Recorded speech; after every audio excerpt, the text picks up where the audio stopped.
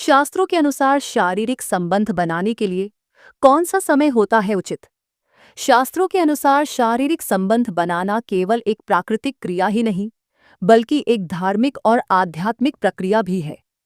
शादी के बाद पति पत्नी के बीच रतिक्रिया को न केवल प्रेम और समर्पण का प्रतीक माना जाता है, बल्कि यह जीवन को आगे बढ़ाने और वंश वृद्धि के लिए भी अत्यंत आवश्यक है। हमारे सनातन धर्म में रतिक्रिया को एक महत्वपूर्ण अनुष्ठान माना गया है और शास्त्रों में इसके समय को लेकर भी विस्तृत चर्चा की गई है। यह केवल एक शारीरिक प्रक्रिया नहीं, बल्कि ऊर्जा, संतुलन और शुभता से जुड़ी हुई एक गूढ़ विद्या है, जिसका पालन करने से व्यक्ति अपने जीवन में सुख, शांति और सफलता प्राप्त कर सकता है। शास्त्रों में यह बताया गया है कि किस समय रतिक्रिया करना सबसे उचित और लाभकारी होता है, ताकि उसका सकारात्मक प्रभाव पति पत्नी के जीवन और उनकी संतान के भविष्य पर पड़े। संसार में जितने भी जीव हैं, चाहे वह मनुष्य हो या पशु पक्षी, सभी रतिक्रिया के माध्यम से अपनी संतति को जन्म देते हैं और अपनी प्रजाति को आगे बढ़ाते हैं।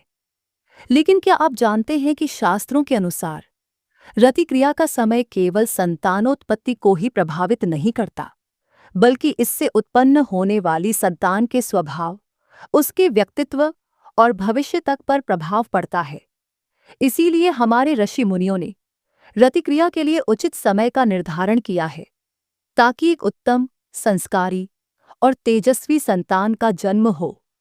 अब प्रश्न यह उठता है कि शास्त्रों के अनुसार रतिक्रिया के लिए सबसे उचित समय कौन सा है और क्यों इसे महत्वपूर्ण माना गया है? शास्त्रों के अनुसार रतिक्रिया के लिए सबसे उत्तम समय रात्रि का पहला पहर माना गया है। पहले पहर का अर्थ होता है रात के प्रथम 4 घंटे, अर्थात सूर्यास्त के बाद से लेकर लगभग रात्रि 12 बजे तक का समय। यह समय अत्यंत पवित्र और शुभ माना जाता है और इसी समय रतिक्रिया करने से पति पत्नी को विशेष लाभ प्राप्त होता है। ऐसा माना जाता है कि इस दौरान किए गए रतिक्रिया से उत्पन्न होने वाली संतान पर भगवान शिव का विशेष आशीर्वाद प्राप्त होता है और वह संतान धार्मिक प्रवृत्ति की होती है। वह सात्विक, अनुशासित, संस्कारी और धर्मपरायण होती है तथा समाज में आदर्श स्थापित करने वाली होती है। ऐसी संतान न केवल अपने माता पिता का सम्मान बढ़ाती है, बल्कि अपने ज्ञान और गुणों से समाज में एक विशेष स्थान प्राप्त करती है। शास्त्रों में कहा गया है कि भगवान शिव की कृपा से ऐसी संतान का जीवन सुखमय होता है और उन्हें सफलता प्राप्त होती है। यही कारण है कि प्राचीन काल में राजा महाराजाओं से लेकर सामान्य गृहस्थों तक सभी इस नियम का पालन किया करते थे, ताकि उनकी संतान योग्य, विद्वान और संस्कारी बने। अब यदि कोई व्यक्ति इस नियम का उल्लंघन करता है और निर्धारित समय के अलावा अन्य समय में रतिक्रिया करता है, तो इसके नकारात्मक परिणाम भी देखने को मिलते हैं। शास्त्रों में स्पष्ट रूप से कहा गया है कि रात्रि के पहले पहर के बाद, अर्थात मध्य रात्रि के बाद और भोर के समय रतिक्रिया करना अनुचित माना गया है, क्योंकि इस समय राक्षसगण और नकारात्मक शक्तियां पृथ्वी लोक में सक्रिय हो जाती हैं।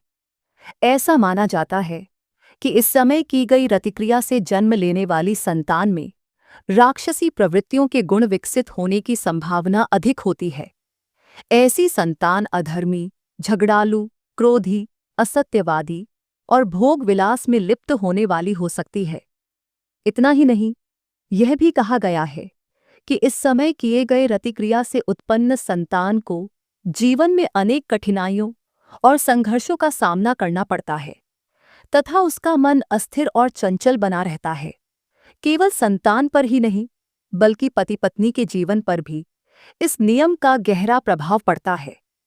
यदि कोई व्यक्ति रात्रि के पहले पहर के बाद रतिक्रिया करता है, तो उसे शारीरिक, मानसिक और आर्थिक समस्याओं का सामना करना पड़ सकता है। ऐसा कहा जाता है कि इस समय की गई रतिक्रिया से व्यक्ति के शरीर में नकारात्मक ऊर्जा प्रवेश कर जाती है, जिससे उसे अनिद्रा, मानसिक तनाव और थकान जैसी समस्याएं होने लगती हैं।